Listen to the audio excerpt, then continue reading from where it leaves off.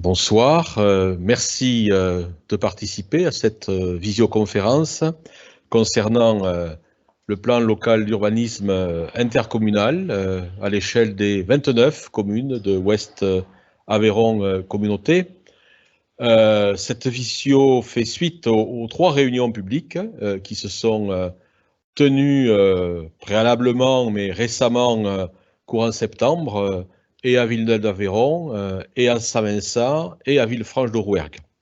L'objectif de cette phase de dialogue avec les citoyens, avec les habitants de ce territoire, c'est d'échanger et de s'informer, de vous informer autour du projet de développement durable que l'on appelle PADD. Et par la suite, le PLUI, lui, définira les règles de construction et d'occupation du sol sur les 29 communes du territoire de Ouest Aveyron Communauté, et il devrait être approuvé à l'horizon de 2023. Et ce document-là remplacera les documents d'urbanisme pour une durée prévisionnelle d'une dizaine d'années, remplacera les documents d'urbanisme lorsqu'ils existent, puisque toutes les communes de Ouest Aveyron Communauté n'ont pas à l'heure actuelle de procédure d'urbanisme. Dans ce travail d'élaboration, Ouest Aveyron Communauté et ses services se sont adjoints un bureau d'études, un cabinet d'architecture, Sol et Cité, qui vous présentera en visio ce soir, comme ça a été le cas lors des 3 réunions qui ont déjà eu lieu, qui vous présentera donc les grandes lignes de ce projet d'aménagement, de PADD, d'aménagement d'urbanisme sur l'ensemble du territoire de Ouest Aveyron Communauté, qui doit être une ligne directrice qui permettra donc dans le deuxième temps de finaliser les cartes d'urbanisme à l'échelle des parcelles. Bien évidemment, ce soir, il ne s'agit pas que vous posiez des questions sur la constructibilité ou pas de votre terrain ou de celui de vos voisins. C'est une phase qui sera engagée lorsque nous aurons présenté, d'abord en conseil communautaire, puisque ce document doit être acté en conseil communautaire le 21 octobre, lorsque les grandes orientations auront été fixées, débattues à Ouest Aveyron Communauté et ensuite lors des 29 conseils municipaux. Je vais laisser la parole à Anaïs, chargée de mission d'urbanisme à Ouest Aveyron Communauté, qui suit notamment ce dossier et qui va vous donner les modalités pratiques pour que ce soir nous puissions échanger. Et si nécessaire, dans le débat, je serai appelé peut-être à répondre à l'une ou l'autre de vos questions. Merci. Donc, juste comme il était écrit pour participer à cette réunion publique, nous avons désactivé en fait les vidéos et les micros pour une meilleure fluidité du déroulé de la réunion publique. Mais vous pouvez en fait participer en inscrivant vos questions sur le chat que vous trouverez donc normalement en bas à droite de votre écran. Et donc en fait, on va recueillir toutes vos questions et répondre à la fin.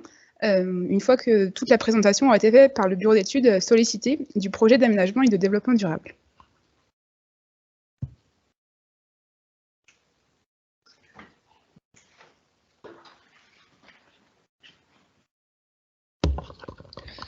Donc bonsoir à tous, je suis Jérôme Courriol, urbaniste à l'atelier Sollicité, donc en charge avec d'autres bureaux d'études du travail sur le plan local d'urbanisme intercommunal. Donc, avec le bureau d'études Amidev, situé à Tarbes, qui est occupé particulièrement de la partie environnementale, et avec le bureau d'études Chemin de paysage, qui est situé dans le Lot, qui s'est occupé, lui, du paysage. Donc, l'objectif de cette visio aujourd'hui, ce soir, c'est de faire une réunion publique sur le PADD. Donc, le PADD, c'est le projet d'aménagement et de développement durable. C'est, en termes clairs, le projet intercommunal à l'horizon de 10 ans.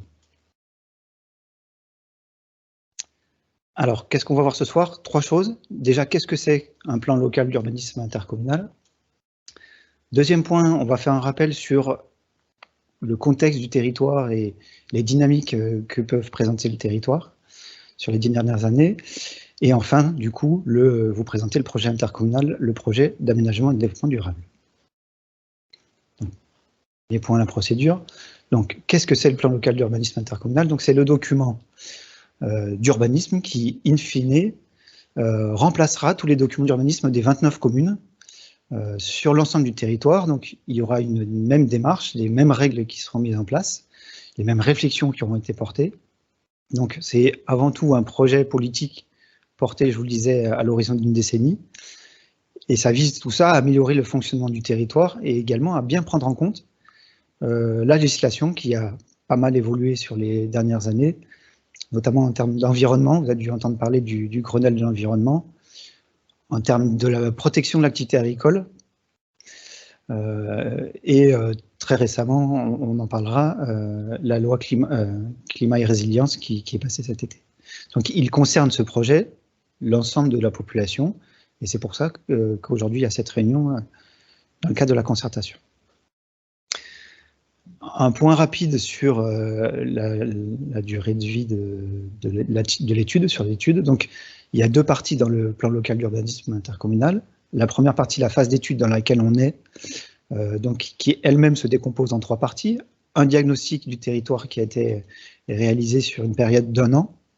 Il y a également eu sur cette période de diagnostic un diagnostic agricole qui a été fait par un autre bureau d'études qui est venu compléter le travail qui avait été fait.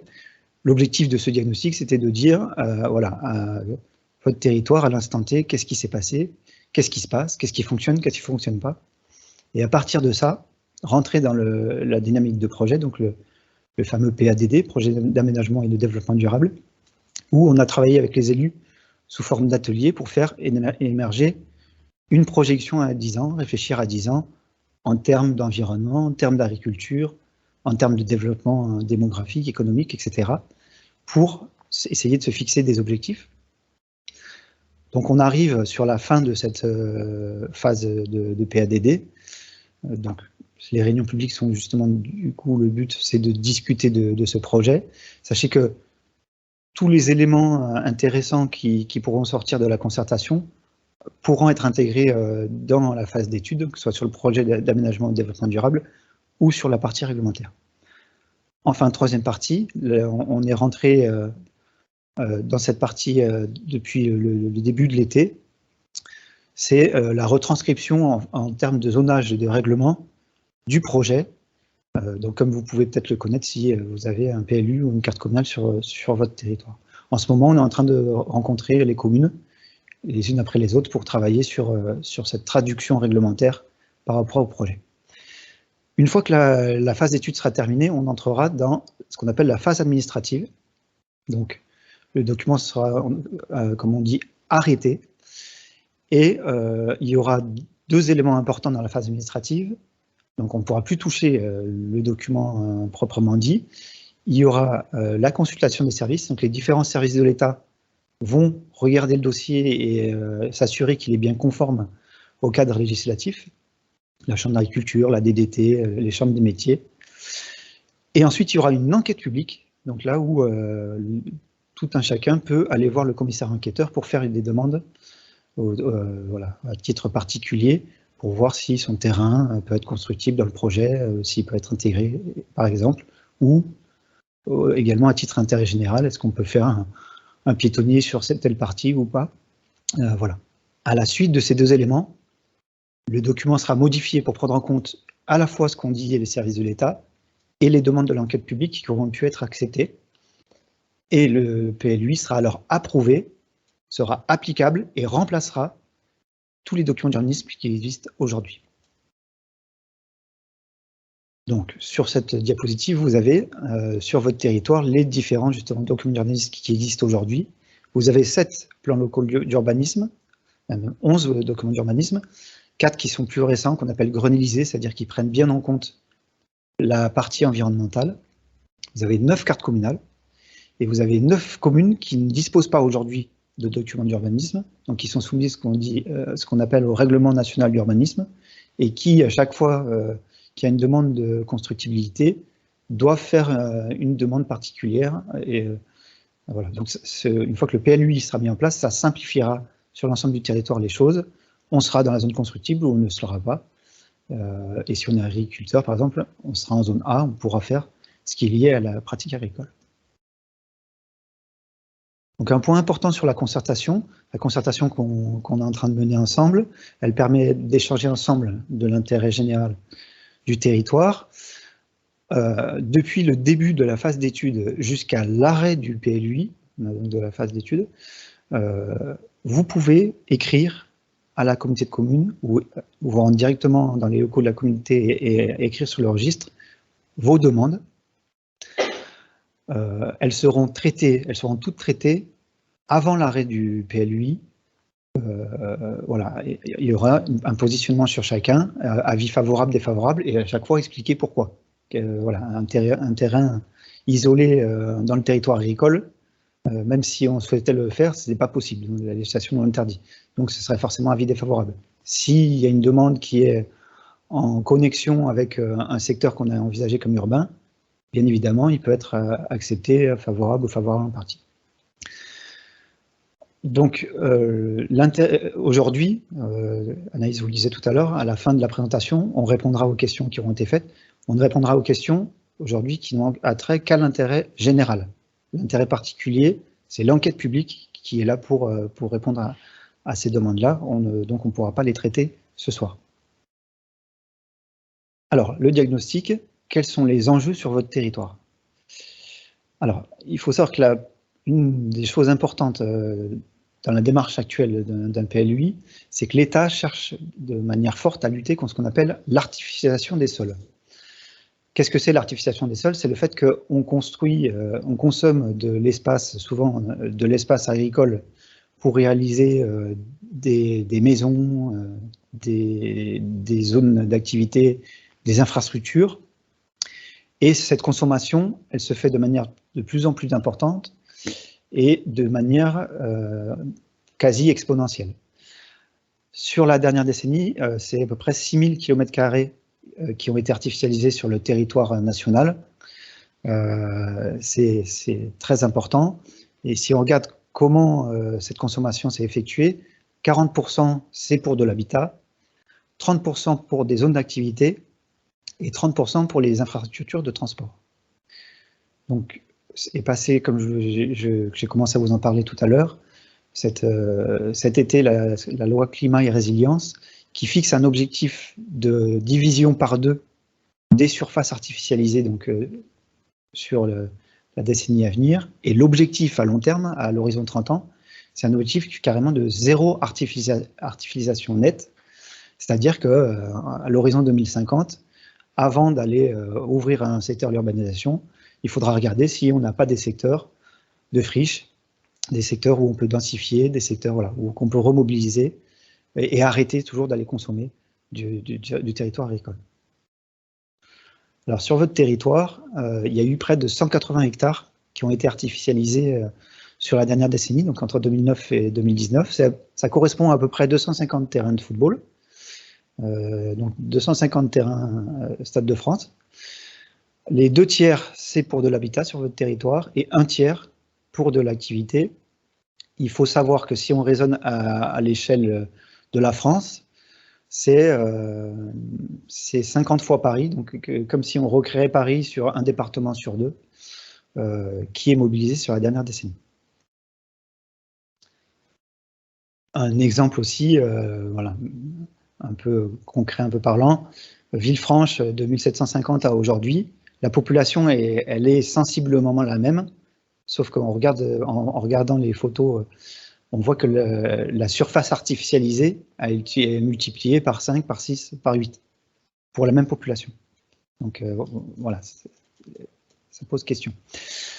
Un point important aussi, c'est vous avez sur votre territoire ce qu'on appelle un schéma de cohérence territoriale. C'est le document qui est au-dessus de tous les documents d'urbanisme des communes, donc qui est au-dessus du futur PLUI, qui lui-même fixe des objectifs importants de limitation de l'artificialisation des sols notamment, de préservation de l'agriculture. Il respecte lui aussi le cadre légal national. Donc ce SCOT contraint le PLUI et donc on inscrit le travail qu'on est en train de faire dans le cadre des orientations qui ont été définies par le SCOT. Alors, vous avez ici votre territoire, donc les 29 communes. Vous avez à peu près 27 500 habitants aujourd'hui en 2018 sur le territoire, un peu plus de 18 000 logements si on regarde le parc global de logements. À peu près 72% des logements sont des résidences principales. Un peu plus de 15%, donc une part importante aussi de résidences secondaires. Il y a beaucoup de résidences secondaires sur le territoire, des maisons de famille. Et on a aussi un parc important de logements vacants, près de 2300 logements vacants, et surtout axés sur Villefranche, même si, voilà, à l'échelle de chaque commune, il y a aussi une problématique de la vacance sur le territoire. On voit qu'on a aussi un territoire qui est vieillissant. Le nombre de personnes par résidence principale est tout juste à 2. Hein, donc ça montre que comme c'est une moyenne, qu'on a aussi beaucoup de personnes âgées seules, isolées, sur le territoire. Si on regarde l'évolution, il y a à peu près aussi 10 000 emplois, un peu plus de 10 000 emplois sur le territoire en 2018. Si on regarde ce qui s'est passé sur la dernière décennie, vous avez gagné 600 habitants supplémentaires, mais dans le même temps, il y a eu 1900 logements en plus. Donc, vous voyez qu'il y a eu 3 fois plus de logements que d'habitants gagnés. Donc ça pose question. Comment on peut expliquer ce chiffre? 2 choses. Le fait qu'aujourd'hui, on est de moins en moins nombreux par ménage. Ça, c'est sur l'ensemble du territoire français qu'on peut faire cette constatation. Le fait qu'il y ait de plus en plus de séparation, que dans les années 50, il y avait encore les anciens qui vivaient avec la famille. Le fait que les jeunes aussi partent aujourd'hui plutôt faire leurs études. Donc ça, c'est la première raison. Hein. Il faut plus de logements pour avoir la même population. Et aussi, la deuxième raison, c'est que plus on construit, plus on permet de réaliser des logements neufs. Souvent, on se dit, bah voilà, on va accueillir de la population, c'est vrai, mais en fait, souvent, on accueille de la population qui est déjà sur le territoire. Donc, on a une famille qui va lâcher un logement pour aller s'installer dans son nouveau logement, et on se retrouve une fois sur deux avec le logement vacant et le logement en plus. Et donc, ceci peut expliquer cela. Sur la dernière décennie, vous avez gagné donc 1000 résidences principales.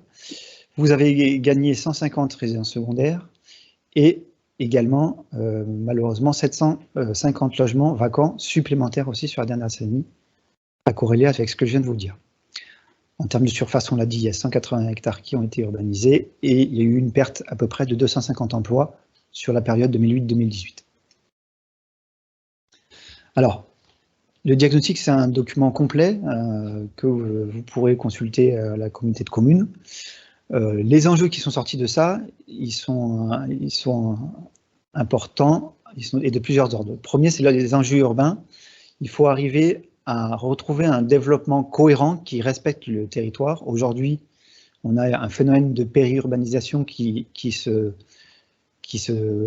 passe sur le territoire et qui crée des difficultés, notamment sur le bourg-centre, sur le pôle-centre. Et si le pôle-centre est en difficulté, c'est l'ensemble du territoire qui est en difficulté. Essayez aussi d'avoir un développement urbain qui est plus qualitatif, essayez de retrouver un meilleur cadre de vie, de favoriser les centres-bourgs quels qu'ils soient, et de du coup inciter les gens à venir s'installer là où il y a l'espace public, là où il y a les équipements, là où il y a l'école souvent sur les communes. Il y a également des enjeux environnementaux forts, on le verra dans le projet. Hein, vous avez des sites spécifiques sur le territoire à bien respecter, qu'on voit sur la carte ici. Bien évidemment, des enjeux agricoles également très forts sur votre territoire, on le verra sur le parti projet. Sur les déplacements, essayer d'améliorer les déplacements et de voir aussi comment on peut améliorer les connexions entre les différents pôles du territoire, entre les différents lieux habités du territoire. Et enfin, les enjeux économiques qui sont aussi très importants. Pour accueillir de la population, il faut avoir un développement économique. Voilà, les deux sont liés. Et donc, déjà, essayer de maintenir l'attractivité des zones économiques existantes et même la renforcer sur certains secteurs. On va le voir dans le projet juste après. justement le projet d'aménagement et de développement durable. Donc, quels sont les objectifs à 10 ans déterminés par les élus du territoire? Donc, comme je vous le disais, c'est un objectif, c'est un document qui se situe à l'horizon 10 ans et qui fixe des grands objectifs pour le territoire, le PADD. Alors, il s'appuie sur 5 axes: la partie environnementale, la partie agricole, la partie développement, la partie économique et la partie cadre de vie, énergie, on le verra. Donc, premier point, s'appuyer sur un cadre rural, patrimonial et naturel remarquable. Votre territoire, vous le voyez sur cette carte-là, dispose de périmètres d'inventaire et de protection importants. Donc, ils sont de 2 sortes. Vous avez ce qu'on appelle des ZNIEF, des zones naturelles d'intérêt écologique, faunistique et floristique. C'est plus simple de dire ZNIEF. Donc, vous voyez en assuré violet sur cette carte, qui sont des secteurs où ont été identifiés soit des espèces, soit des habitats de ces espèces qu'il faut arriver à protéger. Et vous avez aussi, notamment en partie sud sur le Vior, mais aussi sur la Rouquette, des sites Natura 2000, donc ce sont des sites encore plus importants au niveau inventaire, qui sont identifiés cette fois par l'Europe. Les ZNIEF, c'est l'État français qui les identifie, où là, il y a donc dans les zones Natura 2000, il y a une vraie protection réglementaire qui s'applique. Donc concrètement, c'est-à-dire que ces secteurs-là, il faut impérativement les classer en zone naturelle et veiller à la protection de l'habitat ou des espèces qui sont présentes sur ces lieux. On a aussi un réseau hydrographique très important, notamment sur la partie est, et on le verra dans ce qu'on appelle la trame verte et bleue, qu'il faut aussi arriver à protéger. Enfin, pour être complet, vous avez sur les 2 communes lotoises de votre territoire, Promillanne et La Ramière, un parc naturel régional où il y a aussi une charte qui s'applique qu'il faut respecter. Donc, protéger le milieu naturel, ça veut dire 2 choses. Ça veut dire protéger ce qu'on appelle les pôles de biodiversité, hein, les lieux où vraiment on a identifié les espèces, donc je vous ai présenté juste avant. Et il faut aussi arriver à bien maintenir les connexions qui existent entre ces espaces-là. Ce qui fait qu'il y a une perte très importante des populations d'insectes et de petits mammifères sur les 30-40 dernières années, c'est qu'il y a des ruptures qui se sont créées, et en fait ces espèces-là, elles nidifient sur un endroit, elles se nourrissent ailleurs, et en fait quand il n'y a plus ces jonctions-là, au bout d'un moment c'est l'espèce qu'on condamne. Donc l'État, ce qu'il cherche à faire, c'est à reprotéger ces connexions, à les sauvegarder là où elles existent encore, et voire à les remettre en place sur des secteurs particuliers. Donc comme on a une trame hydrographique très importante sur la partie est, on peut s'appuyer là-dessus. Donc les trames bleues et les ripisylves qui accompagnent les cours d'eau pour maintenir ces corridors écologiques. Sur la partie ouest, on voit qu'on pourra s'appuyer sur des haies ou sur des boisements importants pour arriver à reconnecter les pôles de biodiversité de votre territoire. Et ce travail s'effectue aussi au niveau national. L'objectif à terme, c'est que l'ensemble du territoire, et même du territoire européen, ait ces corridors-là qui soient protégés. Un point important aussi sur votre territoire, une de ses spécificités, c'est que vous avez plusieurs grandes aires paysagères avec des caractéristiques particulières pour chacune d'entre elles. Donc le PLU s'engage à respecter pour les logements anciens ces caractéristiques et donc s'assurer qu'une maison qui va venir s'installer à Villeneuve, à La Capelle ou à Salcorbatier, elle respecte les caractéristiques du territoire. Deuxième point, garantir le bon fonctionnement de l'activité agricole. Donc c'est un point important, vous allez le voir. Donc à gauche, vous avez ici la carte de l'ensemble des terrains qui sont exploités sur votre territoire. On voit que votre territoire est vraiment un territoire agricole, hein. Tout ce qui est coloré, c'est exploité en 2017. Et donc l'objectif, là aussi pour reprendre le cadre réglementaire national, c'est de protéger l'activité agricole. Donc effectivement, il y a une forte baisse du nombre d'exploitants sur le territoire, comme partout ailleurs. Mais ce qu'on peut dire, c'est que si on regarde les superficies agricoles utilisées, elles restent stables, et notamment sur votre territoire, l'élevage est très bien représenté et fonctionne bien.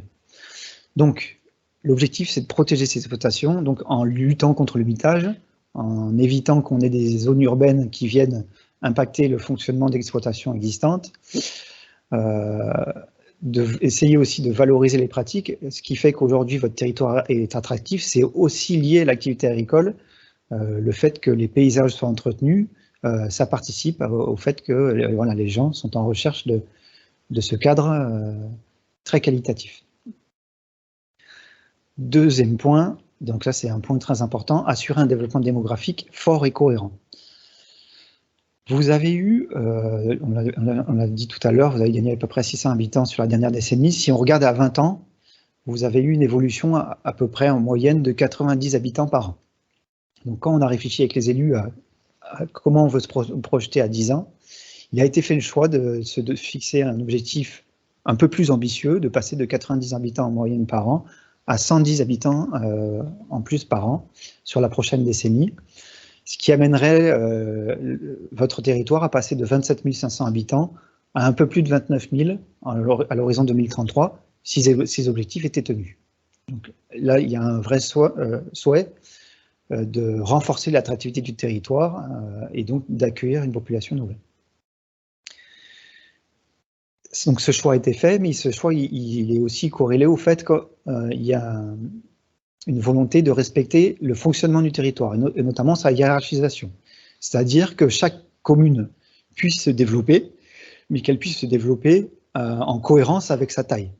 Donc bien évidemment qu'on ait un développement beaucoup plus important sur Villefranche-de-Rouergue, un développement un peu moins important, mais considérable sur les pôles secondaires comme Villeneuve et Najac-la-Fouillade, et un développement un peu moins important encore, mais un développement sur toutes les autres communes. L'objectif étant de bien hiérarchiser le territoire et que voilà, les équipements, les pôles d'équipement, etc., fonctionnent et qu'en même temps, sur les communes, on puisse protéger les écoles, volonté que beaucoup d'élus portent sur le territoire. Alors, comme je vous le disais tout à l'heure, le fait que, comme il y a une lutte contre l'artificialisation des sols sur l'ensemble du territoire national, ça se traduit dans le PADD, donc avec une maîtrise du développement et notamment de l'impact sur le foncier. Entre 2009 et 2019, il y a eu 120 hectares qui ont été consommés pour de l'habitat. L'objectif, donc pour la décennie à venir, c'est de le réduire et de passer à 70 hectares sur l'ensemble des 29 communes. Sur chaque commune aussi, on va respecter les caractéristiques, je vous le disais, et notamment aussi, on va, donc là, c'est le SCOT qui nous impose ça et que bien évidemment on prend en compte, il y aura des densités moyennes à atteindre sur chaque commune. Donc par exemple, elle est sur Villefranche à 16 logements à l'hectare, sur des communes comme Villeneuve ou La Fouillade, 14 logements par hectare, et sur les autres communes, 10 logements par hectare, soit en moyenne voilà, 900, 1000 mètres carrés pour une construction. Je le rappelle, c'est une moyenne. Il peut y avoir des secteurs plus denses et des secteurs où on est un peu plus large. Il faut aussi, et c'est important, adapter et diversifier l'offre de logement par rapport à la population. Notamment, je vous le disais, on a un territoire où la population se fait vieillissante. Et si on regarde par exemple le parc de logement, l'essentiel des logements se compose de grandes maisons avec plus de 4 ou 5 pièces. Il est aussi important sur votre territoire qu'on ait des plus petits logements, hein, le parcours d'habiter. Hein. Aujourd'hui, on a un parcours d'habitat. C'est important de bien le prendre en compte. C'est aussi important qu'il puisse y avoir du locatif ou qu'une personne âgée qui ne peut plus rester dans sa maison puisse trouver sur le pôle centre ou un pôle secondaire un petit logement adapté à proximité des équipements. C'est aussi un des objectifs forts du PLU. Donc il y a un besoin d'environ 105 logements qui est pris en compte pour prendre en compte la population envisagée à l'horizon 10 ans. Enfin, et ce qui est très important aussi, si on veut accueillir la population, il est important d'offrir un niveau d'équipement et de renforcer son offre d'équipement de manière adaptée à la population qu'on veut accueillir. Donc, je vous le disais, il y a beaucoup de réflexions par rapport aux écoles et à la sauvegarde des écoles, mais aussi il faut réfléchir à l'organisation des équipements dans le maillage territorial, que les équipements publics majeurs se trouvent sur le pôle principal ou à proximité de celui-ci, que les bourses secondaires elles aient aussi un niveau d'équipement qui permette aux communes alentours de fonctionner sur ce pôle-là. Et voilà, essayer de voir comment on peut mutualiser les équipements plutôt que chaque commune ait le même équipement. Voilà. Quatrième point, un point très important, donc renforcer les pôles économiques. Il est illusoire de croire qu'on peut accueillir de la population sur le territoire si on n'a pas un développement économique qui accompagne cet accueil. Donc, il s'est fait en plusieurs points sur le territoire. Donc déjà, c'est d'essayer de maintenir l'équipement commercial, et notamment sur tout ce qui est, surtout les centres historiques ou les centres-bourgs. Donc essayer de lutter contre le fait que les commerces aient la tendance, sur les dernières décennies, à sortir des bourgs-centres pour se retrouver en périphérie, et du coup, ça a un peu détruit le lien social sur de bon nombre de centres-bourgs, que ce soit ici ou ailleurs. Affirmer une complémentarité entre les centres anciens et les zones d'activité périphériques, faire en sorte que sur les zones d'activité périphérique, il y ait des activités qu'on ne puisse pas trouver en centre ancien et vice-versa. On aura la possibilité sur ces secteurs-là de protéger ce qu'on appelle les locaux commerciaux, que ce soit donc sur Villefranche par exemple, ou même sur des petites communes, on aura la possibilité d'interdire le changement de destination de ces locaux pour être sûr que ça reste des locaux d'activité. Donc, favoriser l'implantation d'activités tertiaires, d'équipements et de services au cœur de centralité, c'est lié à ce que je viens de vous dire. Un point important aussi sur votre territoire et qui est ressorti sur bon nombre de communes, c'est rendre possible l'accueil d'artisans dans le tissu existant. Souvent, on a des fois des vieux hangars qui font où un artisan s'est installé, donc voir comment on peut maintenir ce tissu existant et le renforcer si besoin. Et comme vous êtes un territoire aussi très lié à l'agroalimentaire, voir si le secteur agroalimentaire peut être renforcé sur le territoire. Donc la poursuite du développement économique, elle doit donc se faire en respectant les logiques existantes. Et notamment, vous avez le secteur de la glèbe, qui est le point économique central de votre territoire, mais vous avez aussi des points sur chaque pôle et des points qui sont identifiés aussi sur certaines communes qu'il faut arriver donc soit à renforcer, donc pour la glèbe, voir comment on peut projeter son extension sur la décennie qui vient. Pour certains pôles, voir comment améliorer leur fonctionnement et les rendre plus qualitatifs. Et puis aussi, il y a des secteurs où on a des friches aujourd'hui et voir comment on peut faire pour les requalifier au lieu d'aller créer de nouvelles zones sur des secteurs agricoles. Voilà, ce qui est recherché aussi, c'est d'améliorer l'intégration paysagère de toutes ces zones-là qui souvent ont été faites sans conception des liens qu'il peut y avoir avec les zones d'habitat et par rapport à l'insertion paysagère. Au niveau de l'activité, un point aussi très important, c'est bien évidemment l'activité touristique sur votre territoire. Donc vous voyez là sur la carte pas mal d'éléments, donc les grands sites Occitanie, Najac, Villefranche, Villeneuve. Vous avez aussi les grottes de Foissac, vous avez un certain nombre de campings, vous avez un GR, vous avez des projets de véloroute, et vous avez la chance aussi d'avoir la voie ferrée qui permet de se connecter. Donc c'est la vallée du Lot, bien évidemment.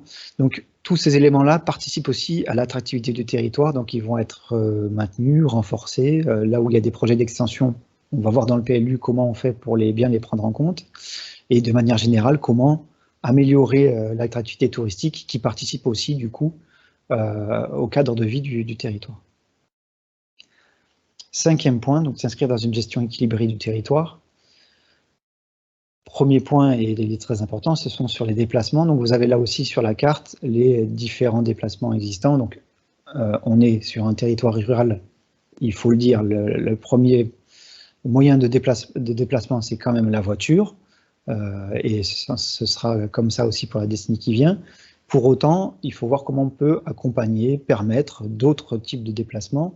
Donc il y a eu un travail sur le territoire déjà au niveau des aires d'accueil des aires de covoiturage, donc voir comment on peut renforcer ça. Vous avez la chance d'avoir une voie ferrée avec 3 gares sur le territoire.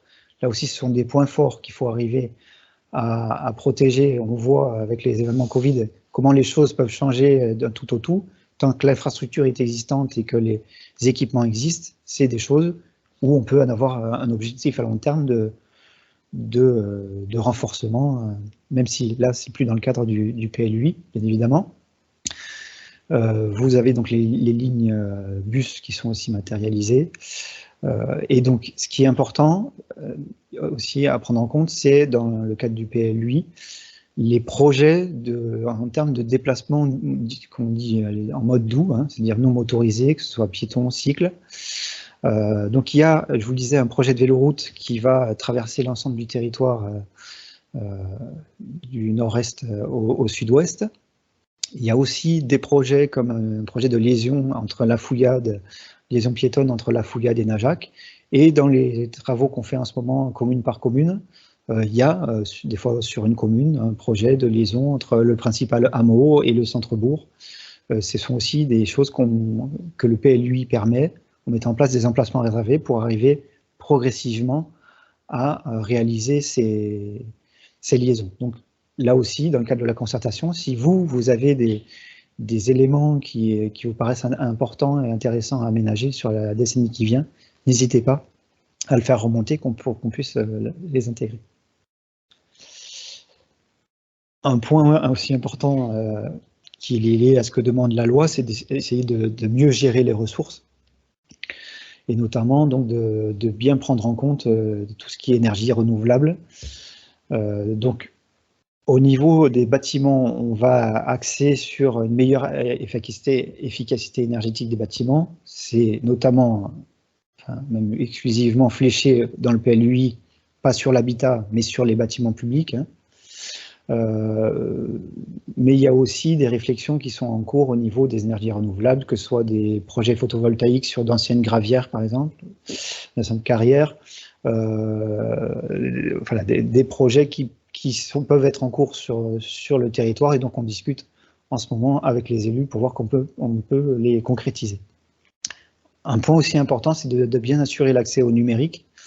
Le fait que le territoire soit à terme totalement fibré permettra des choses qu'on n'imaginait pas il y a 10 ans. Le Covid a permis, c'est un peu du coup un mal pour un bien, a permis de voir qu'aujourd'hui il n'y a rien qui empêche un architecte de s'installer sur une des communes et de travailler la majeure partie de son temps de chez lui et de pouvoir se déplacer quelques jours par semaine. C'est quelque chose, si on fait la prospective à 10 à 20 ans, qui va forcément prendre plus de place, et ça permet aussi aux municipalités de réfléchir à mettre en place des petits locaux pour les gens qui sont en télétravail et recréer du lien social également. Et donc, on arrive à la synthèse du projet avec la carte globale qu'on voit juste après, voilà, qui reprend tout ce que je viens de vous parler. Et je pense qu'on va pouvoir passer aux questions, et M. Boussier et moi-même serons heureux d'y répondre.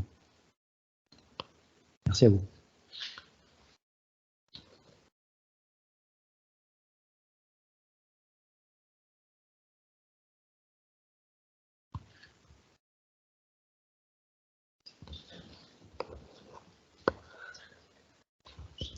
Donc, si vous avez des questions à poser, vous pouvez les écrire dans la fenêtre de dialogue et on y répondra directement.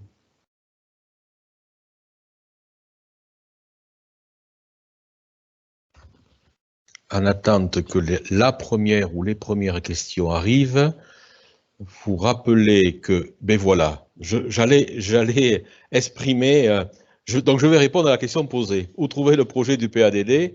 En ligne? Oui, il est en ligne sur le site de Ouest Aveyron Communauté. Donc le document qui vous a été présenté en synthèse, donc il est beaucoup plus développé, bien évidemment, sur la ligne, en ligne. Et vous pouvez aussi, pour ceux qui n'ont pas Internet, mais ce n'est pas votre cas, peuvent aussi venir le consulter physiquement Ouest Aveyron Communauté. Alors, est-il possible de télécharger le diaporama que l'on vient de voir sur le site? Alors, je me retourne. Voilà, Anaïs va répondre à cette question purement technique. Pour bien préciser, en fait, le document qui est en ligne aujourd'hui, c'est le diaporama qui a été présenté ce soir du PADD, donc dans la rubrique téléchargement en bas à droite, dans la rubrique PLUI. Et le PADD, on va le mettre très bientôt, puisqu'il va être débattu en conseil communautaire le 21 octobre. Voilà.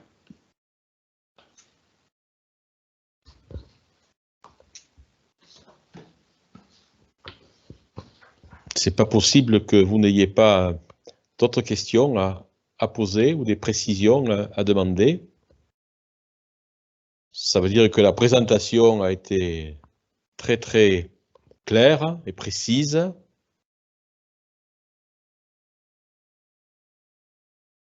Comme l'a évoqué donc Anaïs à la minute, effectivement, le document dans son intégralité sera présenté et débattu en conseil communautaire le 21 octobre. Alors, quel pouvoir reste aux maires et aux élus des communes? Je vais y répondre de façon générale ou générique. C'est un peu, il y a un peu de flou pour moi, je m'excuse dans la question qui est posée. Donc pour l'instant, on est sur une présentation des orientations, des grandes lignes donc d'aménagement du territoire sur Ouest Aveyron Communauté, concernant, comme ça a été présenté, les zones naturelles, les zones agricoles, les zones constructibles, les zones à vocation économique ou artisanale, et le PADD, comme ça a été aussi présenté dans la dernière diapo, évoque aussi, parce que c'est un vrai sujet, un vrai débat, les problèmes de mobilité ou de la mobilité au sein du territoire. Donc, à la suite de la présentation et du débat qui aura lieu au Conseil communautaire, le 21 octobre, en suivant, le document sera présenté et normalement débattu aussi au sein des conseils municipaux, au sein des 29 conseils municipaux de Ouest Aveyron Communauté.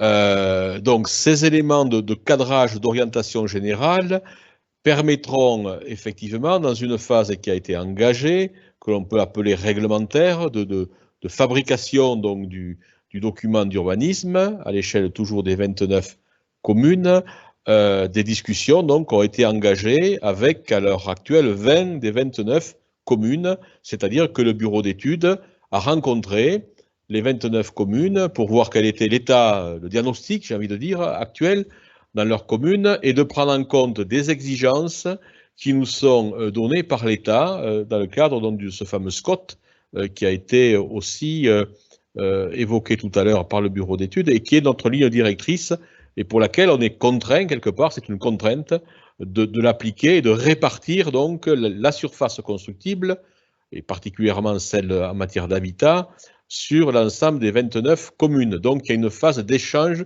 et de discussion qui est engagée à l'heure actuelle entre le bureau d'études et les 29 communes sur la partie, on va dire, réglementaire. Au bout du bout, en 2023, lorsque le document de PLUI aura été adopté, aura été présenté, effectivement, il s'appliquera à l'ensemble des 29 communes, donc de façon globale sur le territoire de la communauté de communes, et de facto, il s'appliquera à l'échelle de chaque commune. Donc les maires, par définition, seront chargés d'appliquer, de faire appliquer, bien évidemment, les règles d'urbanisme, les nouvelles règles d'urbanisme, la nouvelle carte intercommunale et aussi communale qui sera applicable sur les communes respectives. juste pour compléter ce que vient de dire M. Boussier, c'est bien les communes qui réfléchissent au développement sous le cadre qu'on a présenté là, mais c'est quand même eux qui choisissent in fine sur leur commune qu'est-ce qui se passe. Hein. L'enveloppe urbanisable, c'est eux qui réfléchissent à où on le met. Vous prenez 3 équipes municipales sur un même territoire, il y aurait trois lectures. Hein. C'est toujours les élus, même si c'est dans le cadre d'un PLUI, qui réfléchissent à quel développement ils veulent avoir sur leur commune, sous l'égide du cadre global.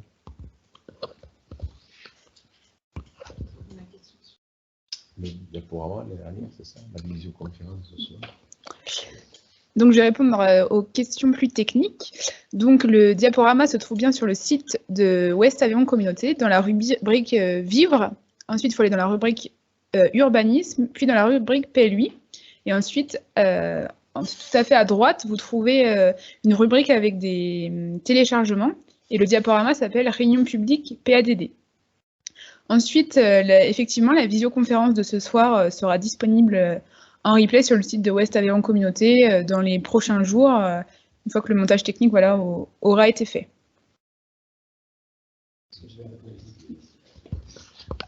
Alors, effectivement, la question c'est si une commune n'est pas d'accord sur la surface constructible, une commune peut-elle se retirer du PLUI? Alors la réponse est bien évidemment non. Voilà.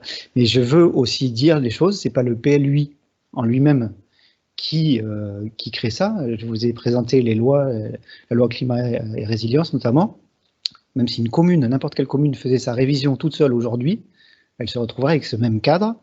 C'est-à-dire qu'en commençant la révision de son PLU, on regarderait la surface qu'elle a consommée sur les 10 dernières années et on diviserait par 2. Voilà. Donc il aurait urbanisé 10 hectares sur la dernière décennie, il pourrait ouvrir que 5 hectares aujourd'hui. Donc il se retrouverait sur le même cadre que le PLUI, sauf que dans le PLUI, il y a une réflexion plus globale qui est mise en place, notamment par rapport aux zones d'équipement ou aux zones d'activité.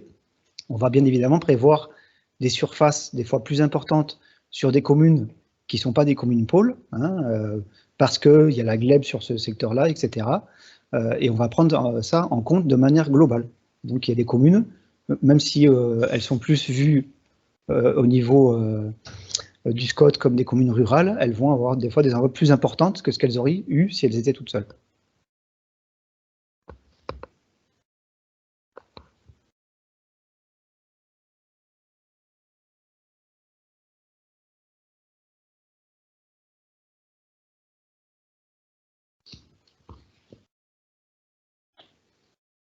Je sais pas que c'est toi, mais SCOT.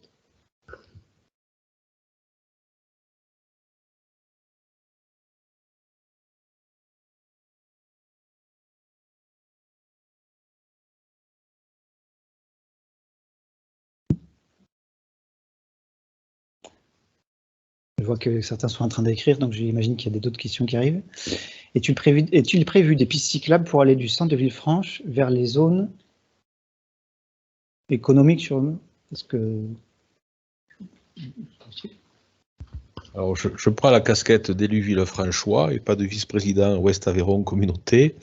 Nous avons engagé une réflexion, la mairie de Villefranche, sur du mandat sur la création de 25 km de pistes cyclables, donc pour lesquelles, je me répète, il y a une étude qui est en cours, mais effectivement, l'objectif, c'est de pouvoir desservir autant que possible l'ensemble de la commune de Villefranche, notamment sur ses entrées de ville, parce qu'il est compliqué, puis il y a des problèmes de compétences en matière de routes départementales, etc., pour lesquelles il faut aussi travailler avec la collectivité départementale qui est concernée, mais effectivement, c'est de faciliter les déplacements doux, donc en vélo, mais aussi des déplacements piétonniers pour faciliter des accès à la Bastide et à certains quartiers de la ville. Mais je ne peux pas vous répondre de façon précise à l'heure actuelle,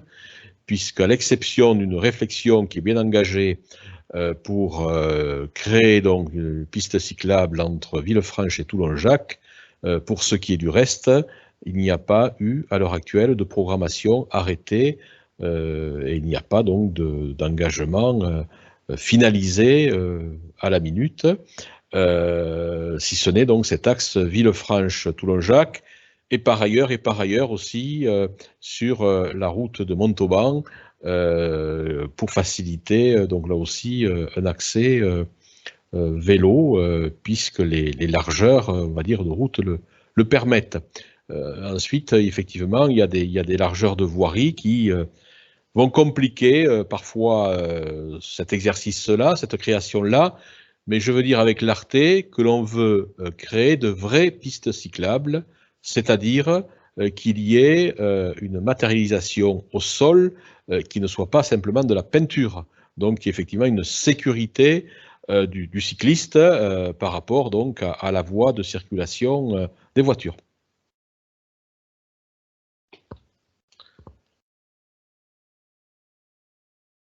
Voilà. Par ailleurs, puisqu'on parle aussi de mobilité, je porte à votre connaissance que la ville de Villefranche aussi a délibéré pour mettre en place, à partir du 1er janvier 2022, une navette de transport urbain qui sera gratuite, puisque par définition, elle fonctionnera, on va dire, et son coût sera pris en compte par une taxe mobilité auprès des entreprises qui ont leur raison sociale, donc leur adresse sur Villefranche, exclusivement sur la commune de Villefranche, afin donc de permettre une liaison là en navette sur la commune de Villefranche, entre le centre-ville, les services publics et les quartiers qui sont sur la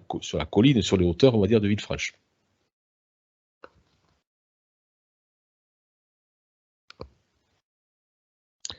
Je ne vois pas d'autres questions, du moins qui sont en train de... Je ne vois pas d'écriture en cours. Cela laisserait dire qu'il n'y a plus de questions. Merci, voilà, Sophie nous remercie. Merci à vous de vous être aussi connectés. Et je le redis, on est à disposition. D'abord, les services de Ouest Aveyron Communauté, le bureau d'études, sollicité, qui est là pour enregistrer les demandes qui peuvent se faire jour.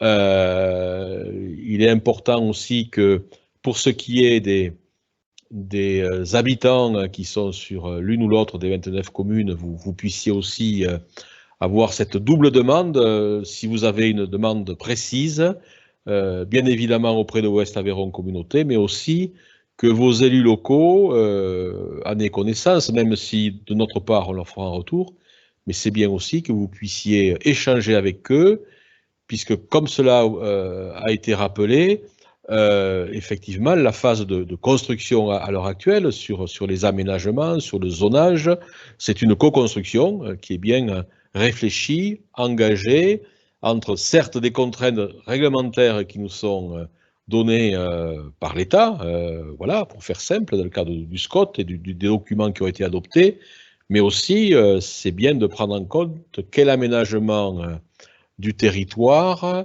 quel projet d'aménagement du territoire veut telle et telle commune en fonction de ce qu'elle est aujourd'hui et de ce qu'elle veut devenir demain, ou du moins dans les 10 années qui viennent.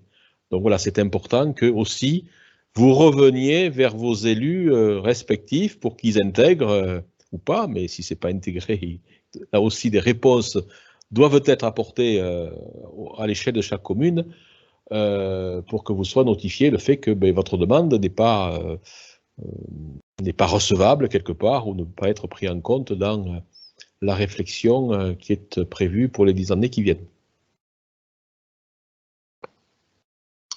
Donc je vous propose de clore cette visioconférence.